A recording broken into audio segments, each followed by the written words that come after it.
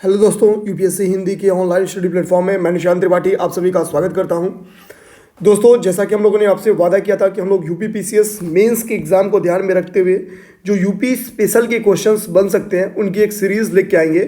UP PCS mains को ध्यान में रखते हुए ध्यान देंगे जो दोस्त 2021 की मेंस के एग्जामिनेशन दे रहे हैं, ये सीरीज़ उन लोग के लिए बेहद इंपॉर्टेंट होने वाली है। इस सीरीज़ में हम लोग जीएस पेपर 1 में हम लोग देखेंगे, कोशिश करेंगे कि हम लोग कम से कम यहाँ से 30 प्रश्न कम से कम देखने वाले हैं। तो 30 प्रश्न इसी तरह से हम लोग जीएस पेपर 1 के देख लेंगे। इसी तरह से जितने इंपॉर्टेंट जीएस पेपर 2 और 3 में होंगे या एथिक्स में, हालांकि एथिक्स में कुछ इस यूपी स्पेशल टाइप का नहीं होगा, तो बेसिकली 1, 2, 3 में वो सब आपको करा दिया जाएगा। अभी मुझे जिम्मेदारी जीएस पेपर 1 की दी गई है, तो मैं कोशिश करूंगा जितने भी संभावित प्रश्न यूपी स्पेशल के ट्रेडिशनली बन सकते हैं जीएस पेपर 1 के ध्यान में रखते हुए वो मैं आपको करा देने वाला हूँ। तो अगर हम लोग सबसे पहले हिस्ट्री को ही देखें, हम एक बार क्या करेंगे, लास्ट में सिलेबस को भी देख लेंगे। पहले हम लोग क्वेश्चंस की प्रैक्टिस देखते हैं, जैसे हिस्ट्री खत्म होगी फिर एक बार हम लोग यूपी जो हिस्ट्री है, जो यूपी के सिलेबस में है, उसको एक बार देख लेंगे कि भैया सारे सिलेबस के पॉइंट कवर हो गए हैं या नहीं। या हम लोग क्या करेंगे कि एक बार जब टॉपिक खत्म हुआ, अगली जब चैप्टर पढ़ेंगे तो उसको देख लेंगे कि सिलेबस में कहाँ था आपके। ध्यान देंगे जब आप लोग जीएस पेपर 1 देखेंगे तो जीएस पेपर 1 में लास्ट में यूपी स्पेशल के सिलेबस लिखे गए हैं। अच्छा देखिए, अभी हम लोगों ने जो पहला टॉपिक उठाया है वो हड़प्पा सभ्यता का उठाया है। पहले 2 मिनट ले लेंगे समझने में। जैसे अगर हम लोग हड़प्पा सभ्यता का विस्तार देखते हैं तो जैसे ही हम लोग हड़प्पा सभ्यता का पूर्वी विस्तार देखना शुरू करते हैं तो हड़प्पा सभ्यता का पूर्वी विस्तार हम लोग को मिलता है, लास्ट छोर क्या मिलता है, आलमगीरपुर मिलता है। ध्यान देंगे, हड़प्पा सभ्यता का पूर्वी विस्तार यानी सबसे पूर्वी विस्तार जब हम लोग देखते हैं तो उसका लास्ट छोर क्या मिलता है, आलमगीरपुर। अब ध्यान देंगे, हड़प्पा सभ्यता ऐसा भारतीय इतिहास में माना जाता है, और माना जाता है नहीं है भी, कि वो प्रथम नगरीय क्रांति बोली जाती है। यानी हड़प्पा सभ्यता को प्रथम नगरीय क्रांति की, अब ले लेते हैं हम लोग, प्रथम नगरीय क्रांति इसको कहा जाता है। अब सोचिए कि एक ऐसी सभ्यता जिसको प्रथम नगरीय क्रांति कहा जाता है और उस सभ्यता का एक स्थल यूपी में भी मौजूद है, और यूपी पीसीएस प्री हमेशा हड़प्पा सभ्यता को फोकस करती है। और यूपी पीसीएस के इस एग्जाम में अगर आप लोग को दिमाग में होगा तो 2 क्वेश्चन आने हैं, 120 शब्द में भी आने हैं और 200 शब्द में भी आने हैं। 120 और 200 शब्द में आने वाले हैं। जो 120 शब्द के क्वेश्चंस हैं वो 8 अंक के हैं, छोटे मोटे अंक के नहीं, इस चीज को ध्यान देंगे। और जो 200 शब्द के क्वेश्चंस हैं उनकी जो वर्ड लिमिट है वो, सॉरी, जो मार्क्स हैं वो 12 अंक के हैं। अब इस चीज को समझिए कि चूंकि यहाँ पे 8 अंक के क्वेश्चन है और विशेषता आधारित क्वेश्चन पिछले 3 साल में पूछे गए हैं, तो मेरा एक गेस कर गया कि हो सकता हो कि आलमगीरपुर की विशेषताओं पर आधारित क्वेश्चंस बना दे। सीधा क्वेश्चन क्या दे दे कि हड़प्पीय स्थल आलमगीरपुर के विशेषताओं पर चर्चा कीजिए। 120 मार्क्स में ये क्वेश्चन बन के आपके दिमाग में, सॉरी 120 शब्द में ये क्वेश्चन बन के आ सकता है। तो पहला क्वेश्चन आप लोग समझ गए होंगे, क्वेश्चन में लिखा नहीं हूं, मैं क्वेश्चन बोल दे रहा हूं, मैं यहाँ पे साफ साफ मैं लिख भी रहा हूं क्वेश्चन में, रुकिए, ठीक है, मैं यहाँ पे क्वेश्चन लिख दे रहा हूं। प्रश्न 1,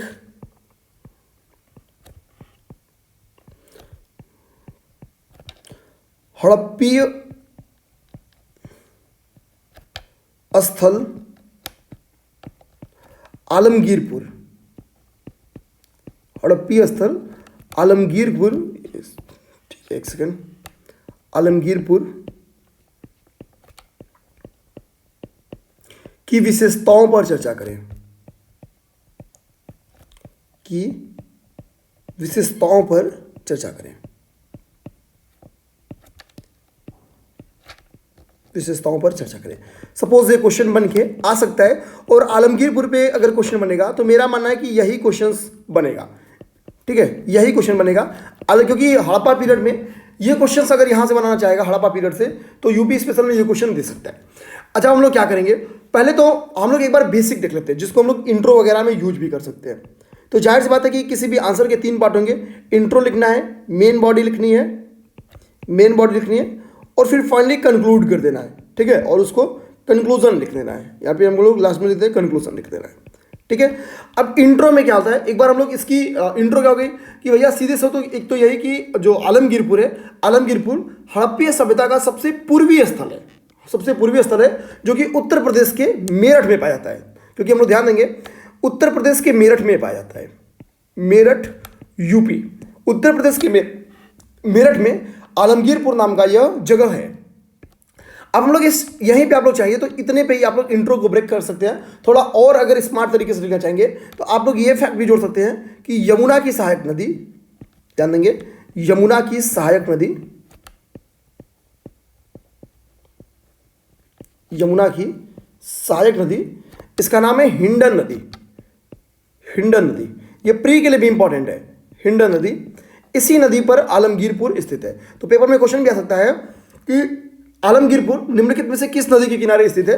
तो ये पीटी के नजरिए से भी इंपॉर्टेंट है हिंडन नदी। और ये इतना आप लोग इंट्रो में लिख सकते हैं।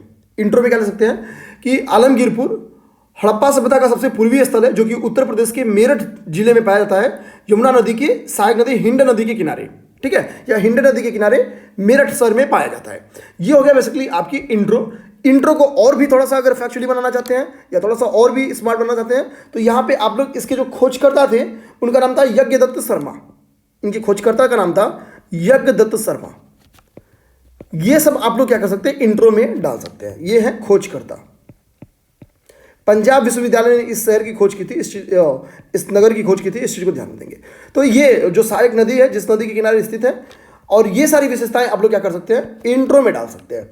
इंट्रो इस तरह से आपका इजिली कंप्लीट हो जाएगा, पर्टिकुलर इस क्वेश्चन को ध्यान में रखते हुए। अब हम लोग इसके सेकेंड पार्ट पे आएंगे। इंट्रो में मान लेता हूं मैं कि लगभग 20 से 25 शब्द आपका इंट्रो में इस तरह से चला गया। 20 से 25 शब्द आपका इंट्रो में चला गया। अब आपको क्या करना है, मेन बॉडी को पूरी तरह से फोकस होनी है। आइए हम लोग देखते हैं इसकी मेन बॉडी क्या हो सकती है। देखिए, अगर हम लोग इसको विशेषताओं को देखेंगे तो हम लोग सबसे पहले देखें जितनी भी इसकी विशेषताएं एक बार लिख लेते हैं, फिर उसको अरेंज कर लेते हैं। जैसे अगर हम लोग देखेंगे, जब यज्ञदत्त शर्मा ने इसकी खोज की और पंजाब यूनिवर्सिटी ने इसकी खुदाई की, तो यहां से कुछ ईंट प्राप्त हुए। और वो ईंट क्या थे, उनकी जो लंबाई, चौड़ाई और मोटाई है वो आपके लिए इंपॉर्टेंट बन सकती है। तो प्रायः क्या पाया गया कि इन ईंटों की जो लंबाई थी, बेसिकली में लंबाई थी, वो 11.25, ध्यान देंगे, 11.25 इंच से लेके, ठीक है, अब इंच से लेकर क्या था कि 11.75 इंच तक था। ये इसकी पहली विशेषता थी इसकी ईंटों की, इतनी इसकी लंबाई थी। ध्यान देंगे, इतनी क्या थी, इतनी इसकी लंबाई थी। अच्छा, अब हम लोग क्या देख लेते हैं कि भैया ईंटों में चौड़ाई भी होगी, चौड़ाई बता दो। तो चौड़ाई आप लोग ये थोड़ा सा फैक्चुअली है, एक बार दिमाग में रख लेंगे, याद कर लेंगे।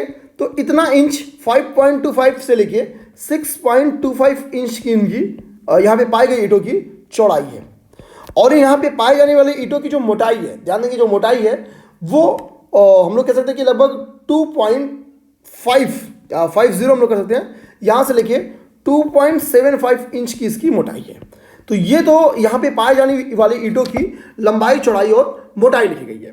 क्या ऐसी जाहिर सी बात है, ईंट है तो ईंटों का यूज कहाँ किया गया होगा, मकानों के निर्माण में किया गया होगा, मकानों के निर्माण में किया गया होगा, ठीक है। तो इस चीज को ध्यान में देंगे। तो पहली विशेषता यहाँ पे पाई जाने वाली ईंटों के आधार पे आप लोग लिख देंगे कि भैया यहाँ पे जो ईंट पाई गई थी, इसकी लंबाई, चौड़ाई, जो ऊंचाई है, वो बेसिकली इस आधार पे। अगर हम लोग जस्ट मल्टीप्लीकेशन करेंगे तो देखेंगे लगभग 2.5 गुना 5, यानी जस्ट, और मोटाई का जो चौड़ाई थी वो मोटाई से जस्ट लगभग 2 गुनी थी, ठीक है, क्योंकि 2 का मल्टीप्लीकेशन करेंगे तो आप लोग इजिली 5 पॉइंट के समथिंग में पहुंच जाएंगे। और ध्यान देंगे, इसमें अगर 2 का मल्टीप्लीकेशन कर देंगे तो लगभग इसकी लंबाई मिल जा रही है, ठीक है, यानी लगभग एग्जैक्ट, ध्यान देंगे, 2 का गुणा करने पे नहीं। यानी हम लोग ऐसे भी इसकी मेन बॉडी को ईंटों पे लिख सकते हैं कि इसकी मोटाई, चौड़ाई और लंबाई 2 गुणे के अनुपात में थी, ठीक है, यानी मोटाई से 2 गुनी जो है इसकी चौड़ाई थी और चौड़ाई से 2 गुनी इसकी लंबाई थी, ठीक है। तो कुछ समथिंग इस हिसाब से आप लोग पहली इसकी विशेषता बता सकते हैं, किसकी, आलमगीरपुर की। अब ध्यान देंगे, आलमगीरपुर, दूसरा चीज हम लोग ध्यान देंगे, जब इसकी खनन किया गया, इसमें मैं एक पेज जोड़ देता हूं और, ठीक है, इसका जब खनन किया गया तो दूसरी यहां से फैक्ट क्या मिलती है, कुछ अन्य सामग्रियां निकल के आती हैं। अन्य सामग्रियों में क्या क्या निकल के आती हैं, उनको भी यहां से हेडिंग डाल दीजिएगा, अन्य प्राप्त सामग्रियां, अन्य प्राप्त सामग्रियां। 2-3 हेडिंग में ये आपका आंसर खत्म हो जाएगा। अन्य प्राप्त सामग्रियों में कुछ इंपॉर्टेंट है, उनका नाम यहां पे लिख देना आवश्यक रहेगा। जैसे यहां से फूलदान की प्राप्ति हुई थी, इसे ध्यान देंगे, यहां से फूलदान की प्राप्ति हुई थी। यहां से ध्यान देंगे, घनाकार पासे की प्राप्ति हुई थी। तो यहां से घनाकार पासे की प्राप्ति होने का मतलब क्या है कि भैया पासा बेसिकली क्या है, मनोरंजन में यूज किया जाता है, ठीक है। पासा का क्या है, पासा नॉर्मली घनाकार ही होता है, तो पासे का यूज, पासा बेसिकली एक जुआ टाइप का है। जैसे अगर हम लोग महाभारत वाला उस सीन याद करेंगे तो हो सकता है कि यहां भी मनोरंजन का साधन रहा हो, आलमगीरपुर में भी पासा खेलना, जुआ खेलना, इस टाइप का, ठीक है। यहां से एक टेराकोटा का केक प्राप्त हुआ है, ध्यान देंगे, यहां से एक टेराकोटा केक प्राप्त हुआ है, टेराकोटा केक की भी प्राप्ति हुई है।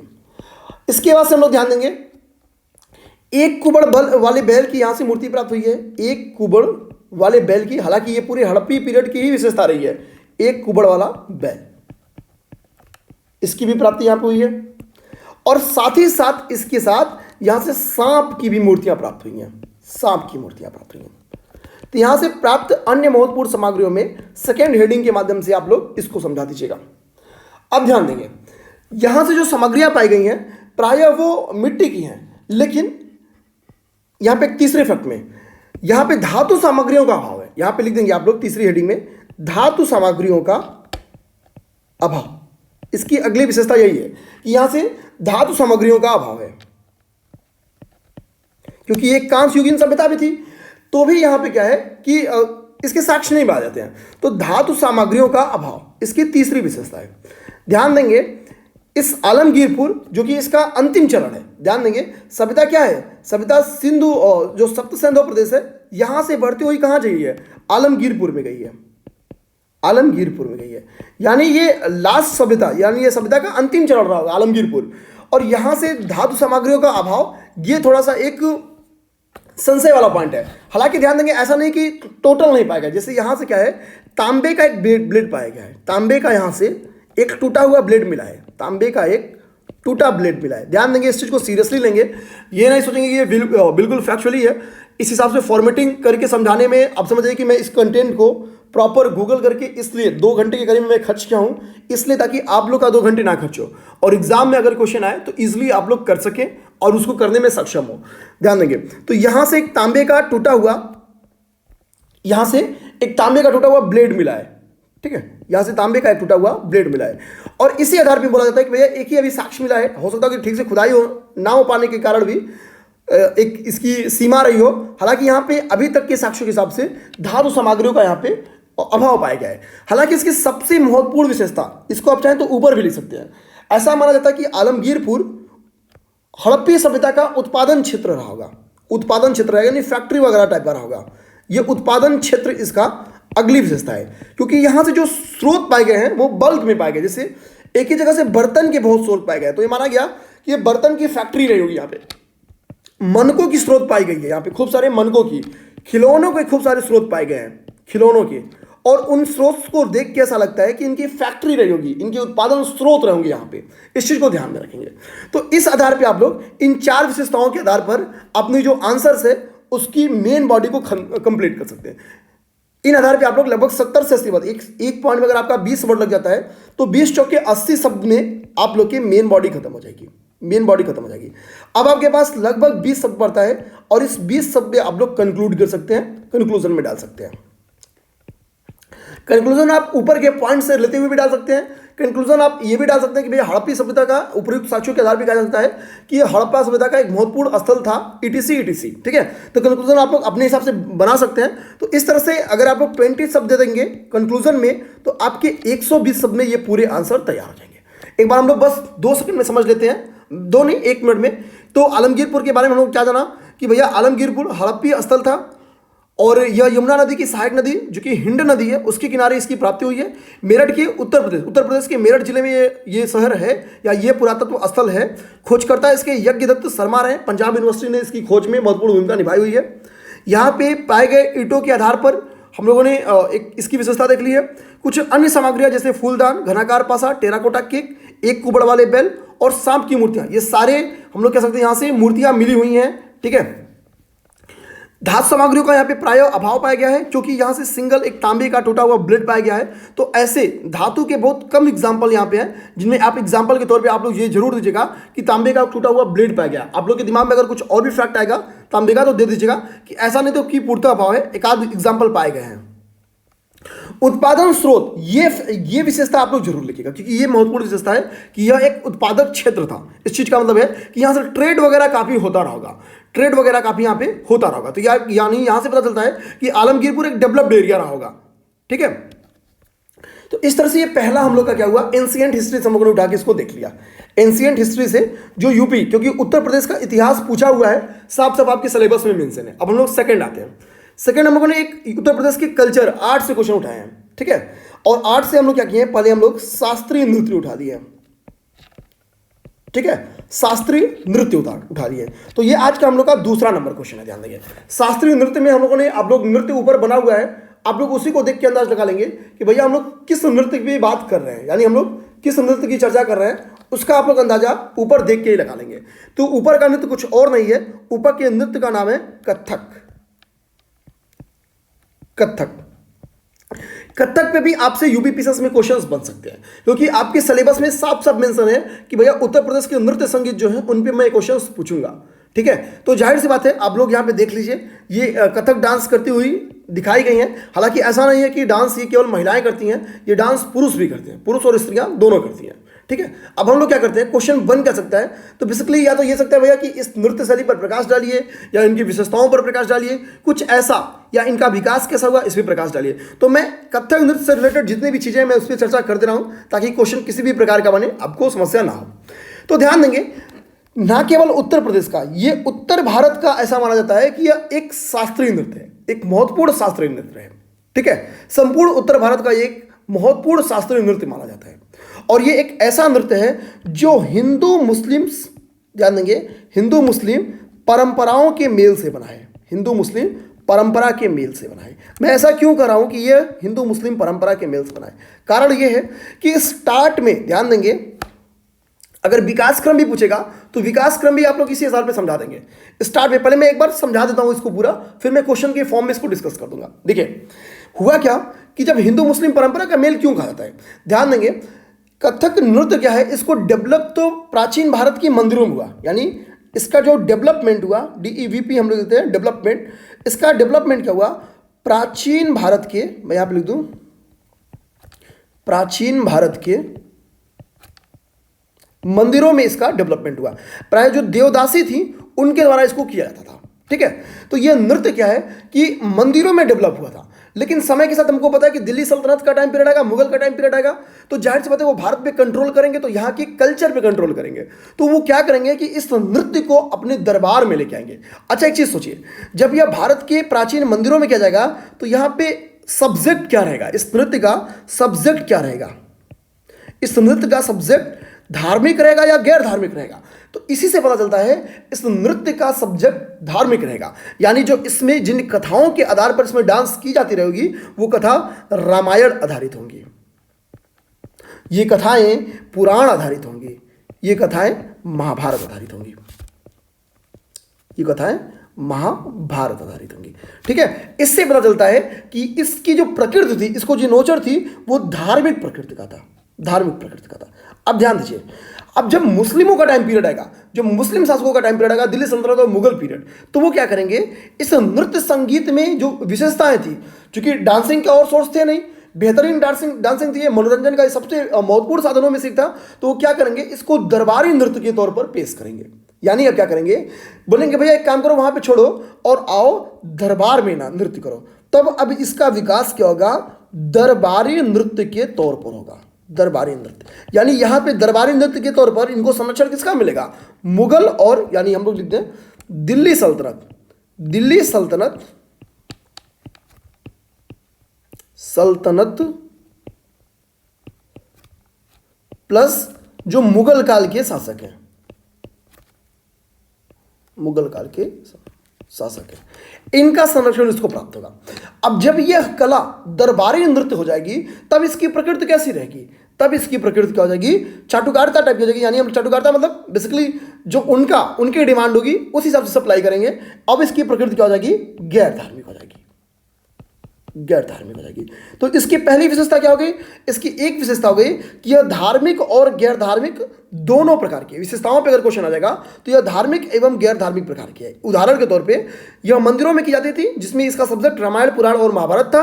गैर धार्मिक देखेंगे यह समय के साथ मुगल पीरियड में और दिल्ली सल्तनत में दरबारी नृत्य का उदाहरण बन जाती है, और यह आपका हो गया गैर धार्मिक प्रकृति का उदाहरण।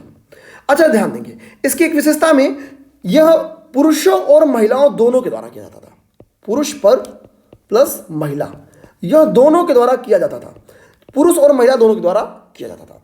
अब ध्यान देंगे, पुरुष इसको करने के लिए क्या है, एक खास पोशाक की आवश्यकता थी, यही पोशाक इसकी विशेषता भी है, यही पोशाक इसकी विशेषता भी है इस नृत्य की, क्योंकि जो महिलाएं होती हैं वो प्राय लहंगा चोले में इसकी डांस, जैसे ये देखेंगे लहंगा चोले में इसमें डांस करती हैं। और जो पुरुष होता है उसकी पैजामा नीचे से चूड़ीदार टाइप की होती है, उसकी चूड़ी, जैसे अब इस मैडम की देखेंगे पैजामा चूड़ीदार टाइप की है, पुरुषों में भी देखेंगे जो पैजामा इसमें यूज किया जाता है वो चूड़ीदार टाइप का पैजामा होता है और ऊपर कुर्ता होता है, जिसको हम लोग नॉर्मली देहाती भाषा में कमीज कहते हैं।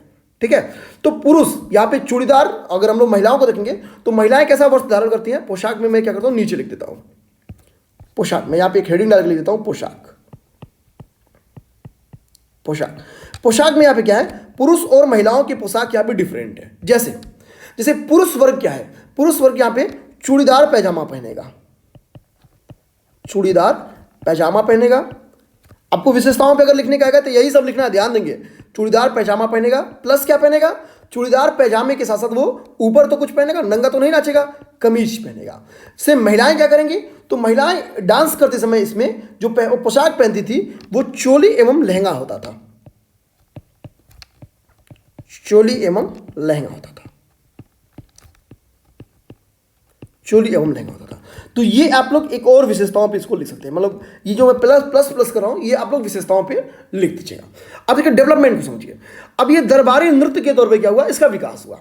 अच्छा, समय के साथ जब इसका विकास होता गया तो एक टाइम ऐसा भी आता है, अब एक चीज सुनिएगा। अच्छा, कुछ इसकी विशेषताएं और भी यहां पे लिख लेते हैं, अभी प्लस करिए, इसकी विशेषता ये, इसके डांसिंग में क्या विशेषता थी, तो ये तेज कदम ताल, ध्यान देंगे यहाँ पे घुंघरू, यहाँ पे आप लोग घुंघरू भी डाल सकते हैं। ये घुंघरू पुरुष हो या स्त्री हो सब लोग को बांधना आवश्यक होता था, क्योंकि यह क्या है कि पैरों में घुंघरू बांधना इसकी एक विशेषता के तौर पे, इस चीज को ध्यान देंगे। और इसकी एक अगली विशेषता क्या है, तेज कदम ताल, यानी जिसमें जो पैर होते हैं वो तेजी से चलते हैं। ठीक है, तो हम लोग कह सकते हैं तेज कदम ताल भी इसकी एक विशेषता है, तेज कदम ताल। ठीक है, अच्छा, अगर हम लोग इसकी बैकग्राउंड पे भी जाए थोड़ा सा, हालांकि हम लोग देख भी लिए कि उत्तर भारत के मंदिरों में बेसिकली यह डांसिंग होती थी। ठीक है, अब हम लोग थोड़ा सा एक चीज समझते हैं। हम लोग पोशाक देख लिए, हम लोग ये चीज देख लिए। अच्छा, विशेषताओं के बारे में हम लोग अब तक क्या देख लिया कि ये धार्मिक एवं गैर धार्मिक प्रकृति की थी, पोशाक हम लोग देख लिए और घुंघरू एवं ये देख लिए। समय के साथ क्या होगा, यहां पर ध्यान देंगे कि इंग्लिश का शासक आएगा, इंग्लिश का यानी ब्रिटिश आएंगे। कब, जब प्लासी और बक्सर होगा, बक्सर का युद्ध होगा, इसके बाद से इंग्लिश का यहाँ पे सर्वोच्च हम लोग कह सकते हैं कि सत्ता स्थापित होगी। और जब इंग्लिश की सत्ता स्थापित होगी तो वो कथक नृत्य को क्या देंगे, चैलेंज देंगे। वो कहेंगे ये घटिया नृत्य है, इस पर रोक लगाएंगे।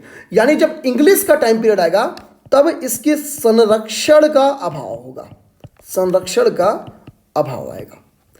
तो जब संरक्षण का अभाव आएगा तब इसका डेवलपमेंट क्या होगा, इसका डेवलपमेंट यानी इसका विकास क्या होगा, प्रभावित होगा, प्रभावित होगा। लेकिन होता क्या है कि इस पीरियड में भी कुछ घरानों का जन्म होता है, जैसे लखनऊ घराना, जैसे लखनऊ घराना और जयपुर घराना, जयपुर घराना। लखनऊ और जयपुर घराना क्या करेगा, इनको संरक्षण प्रदान करेगा, संरक्षण प्रदान करेगा।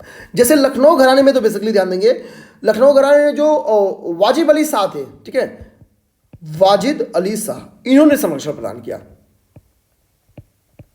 वाजिद अली शाह। यानी हम लोग कह सकते हैं कि 1700, ऐसा नहीं कि 65 के बाद से इसको संरक्षण मिलना बंद हो गया। हाँ, बड़ी मात्रा में यानी व्यापक तौर पर संरक्षण बंद हो गया, लेकिन आंशिक तौर पर संरक्षण चालू था।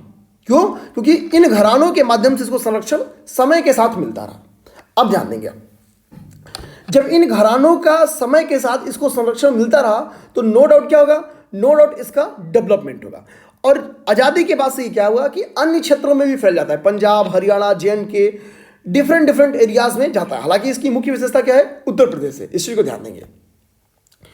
अब एक चीज समझते हैं, स्वतंत्रता जब होती है, यानी अब तक तो हो गया भैया, हम लोग मुगलों से देखते हैं, यानी दिल्ली सल्तनत से देखते हैं, दिल्ली सल्तनत से मुगल देखे, मुगल से हम लोग इंग्लिश देख लिए। ठीक है, अब उसके बाद से बारी आ जाती है क्या, आज़ादी की बारी आ जाती है।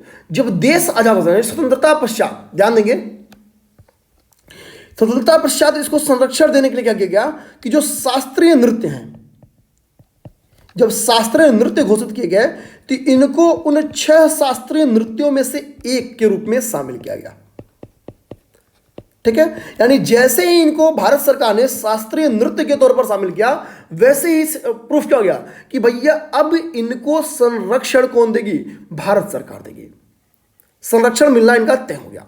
और उत्तर प्रदेश का ये वैसे भी राजकीय नृत्य है, तो जाहिर सी बात है कि उत्तर प्रदेश गवर्नमेंट इसको संरक्षण देगी ही देगी। ठीक है, तो एक तो ये सब चीजें हो गई इसका डेवलपमेंट। तो कल को आपको डेवलपमेंट पे अगर इसके विकास पे क्वेश्चन आएगा, तो आप लोग यहां से प्राचीन भारत के मंदिर सब्जेक्ट वगैरह से इसको आप लोग क्या करेंगे? इंट्रो बनाएंगे। डेवलपमेंट में आप लोग आएंगे और इस तरह से ये जो सीरीज बनी है बेसिकली कि कैसे कैसे ये धार्मिक चरित्र से दरबारी नृत्य में आई, जिसमें जहां पे इसको दिल्ली सल्तनत और मुगल पीरियड का संरक्षण मिला। आगे कैसे इंग्लिश पीरियड में इसको इसके डेवलपमेंट को प्रभावित हुआ, हालांकि लखनऊ घराने और जयपुर घराने ने इसको संरक्षण प्रदान किया। ठीक है, इस डेवलपमेंट को आपको समझाना रहेगा। ये क्वेश्चन भी 120 सबसे ज्यादा में नहीं आएगा। हाँ, एक चीज इंपॉर्टेंट यहां पे ये है कि कथक नृत्य के कुछ प्रमुख कलाकारों का नाम याद कर लीजिए, उदाहरण रखने के काम आएंगे। जैसे एक सबसे प्रमुख कलाकार का है बिरजू महाराज। बिरजू महाराज है, बिरजू महाराज हो गए। ठीक है, सितारा देवी हो गई, सितारा देवी। ठीक है, ये लोग बेसिकली क्या है कि इसके प्रमुख कलाकारों में से एक है। ठीक, और चूंकि इसका डेवलपमेंट गंगा जमुना के नजदीक हुआ है, ठीक है, और बेसिकली चूंकि हिंदू और मुस्लिम दोनों परंपराओं से रिलेटेड है, इसलिए ऐसा माना जाता है कि यह गंगा जमुनी तहजीब का संगम है। ठीक है, अब आज बात आती है कि विशेषताओं पे आधारित भी अगर क्वेश्चन आ जाए तो यहां पे बोलेंगे कि ये हिंदू मुस्लिम एकता परंपरा का मेल है, पुरुष और महिला दोनों के द्वारा किया जाता है। इसकी पोशाक इस प्रकार के हैं, ये धार्मिक एवं गैर धार्मिक दोनों प्रकार की है। ठीक है, इसमें तेज कदमदाल, घुंघरू आदि पहना जाता है और तेज कदमदाल इसकी विशेषताओं में से एक है। तो ये 4-5 इसकी विशेषताओं में लिख देंगे। डेवलपमेंट तो हम लोगों ने देख ही लिया। तो ये हो गया कथक नृत्य की डेवलपमेंट, इसकी विशेषताएं, और ऊपर हम लोगों ने आलमगीरपुर देख लिया। तो कल हम लोग एक न्यू 2 अलग से टॉपिक्स में मिलेंगे। तब तक के लिए धन्यवाद।